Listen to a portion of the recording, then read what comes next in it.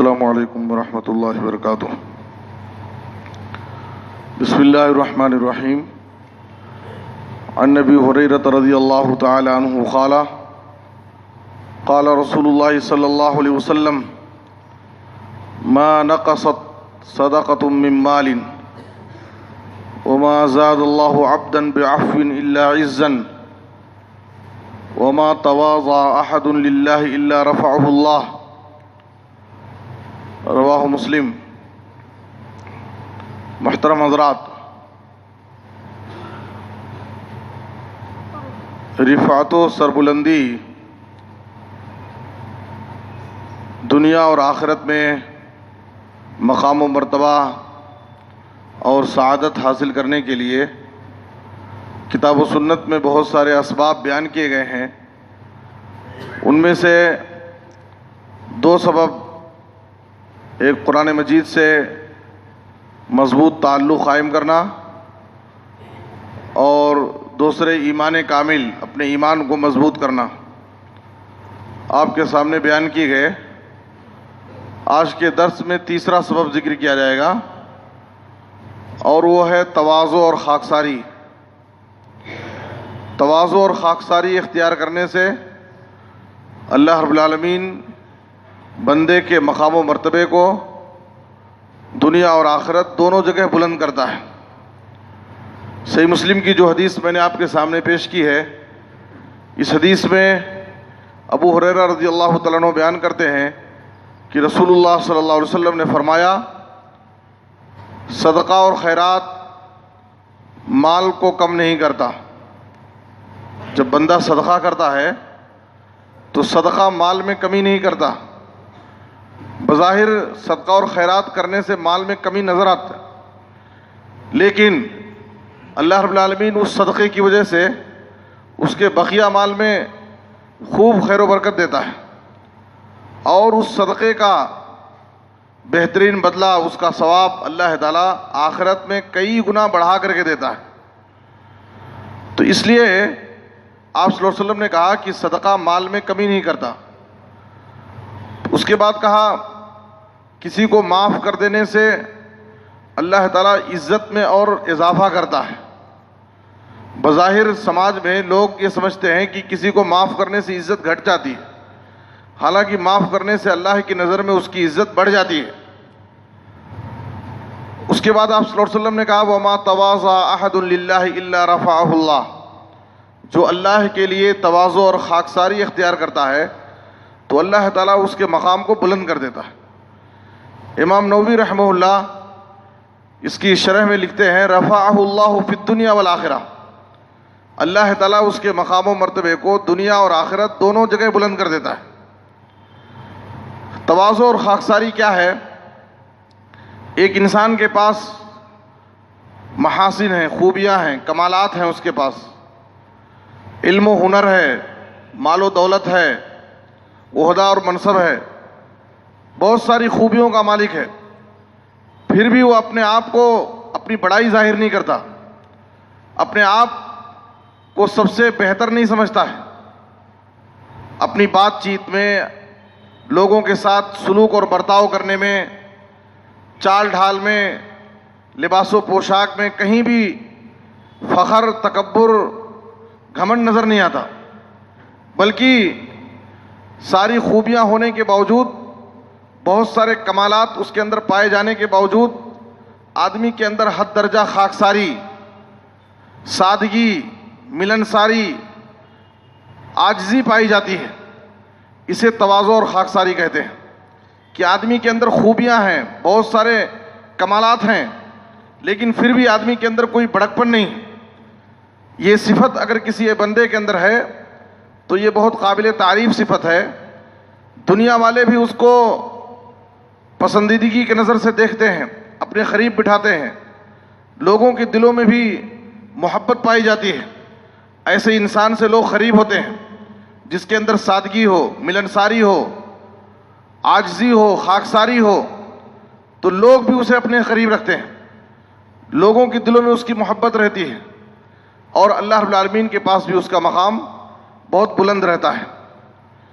آپ دیکھیے اس صفت سے متصف ہونے کے لیے اللہ تعالیٰ نے قرآن مجید میں نبی صلی اللہ علیہ وسلم کو اہل ایمان کے ساتھ تواضع اختیار کرنے کا حکم دیا ہے۔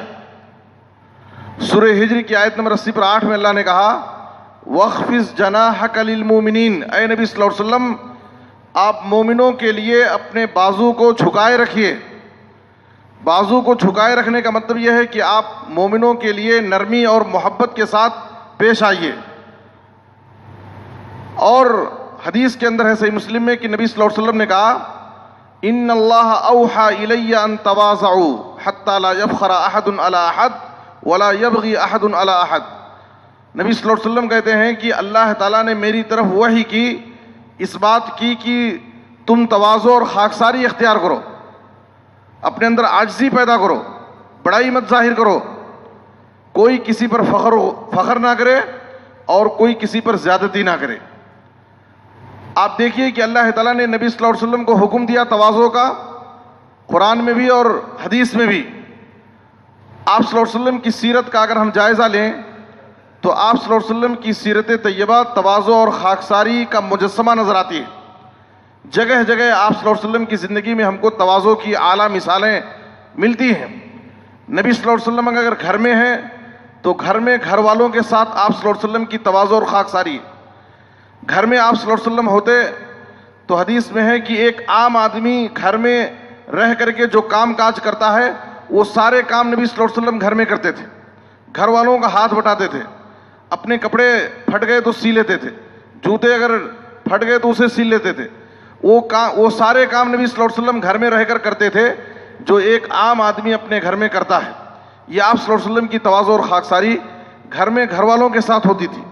باہر ہیں، عوام الناس کے سامنے ہیں تو عام لوگوں کے ساتھ بھی نبی صلی اللہ علیہ وسلم کی تواضع اور خاکساری کا حال یہ ہے کہ لوگوں کے درمیان جب آپ ہوتے تو کوئی شان و شوکت ظاہر نہیں کرتے، کوئی بڑائی ظاہر نہیں کرتے، سب کے ساتھ مل جل کر کے ایسے ہی بیٹھ جاتے، گویا کہ کوئی اجنبی آدمی اگر مجلس میں آتا تو اسے اس مجلس میں پہچاننا مشکل ہو جاتا کہ اس مجلس میں نبی صلی اللہ علیہ وسلم کون ہے۔ اتنا آپ صلی اللہ علیہ وسلم کی تواضع اور خاکساری پائی جاتی تھی۔ بچوں راستے سے گزر رہے ہیں، بچے کھیل رہے ہیں، ان سے بھی سلام کر لیا کرتے تھے آپ صلی اللہ علیہ وسلم۔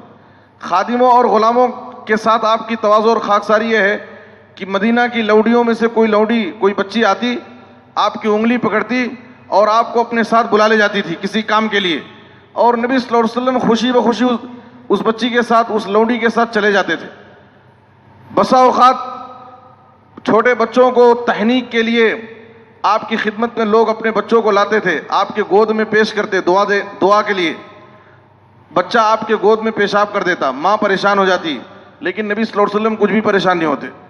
تو آپ صلی اللہ علیہ وسلم ہر ایک کے لیے تواضع اور خاکساری اختیار کرتے تھے، اس لیے کہ تواضع اور خاکساری یہ جنت میں لے جانے والی صفت ہے، اور فخر، تکبر، بڑائی یہ جہنم میں لے جانے والی صفت ہے۔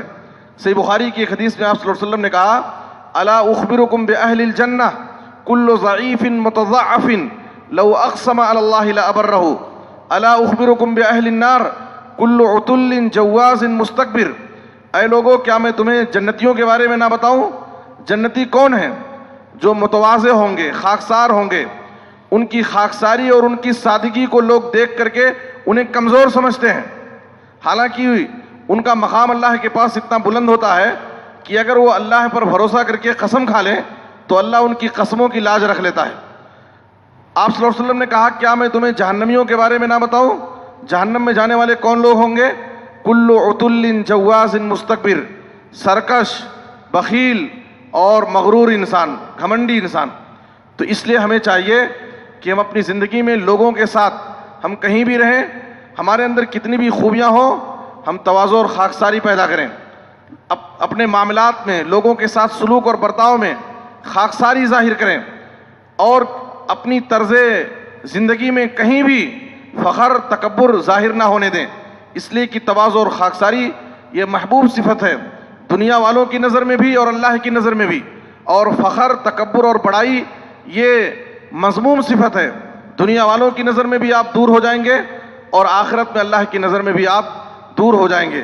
اللہ سے دعا ہے کہ اللہ تعالیٰ ہمیں اس صفت سے متصف ہونے کی توفیق عطا فرمائے۔ آمین، تقبل یا رب العالمین۔ وصلی اللہ علی نبینا محمد وآلہ وصحبہ اجمعین.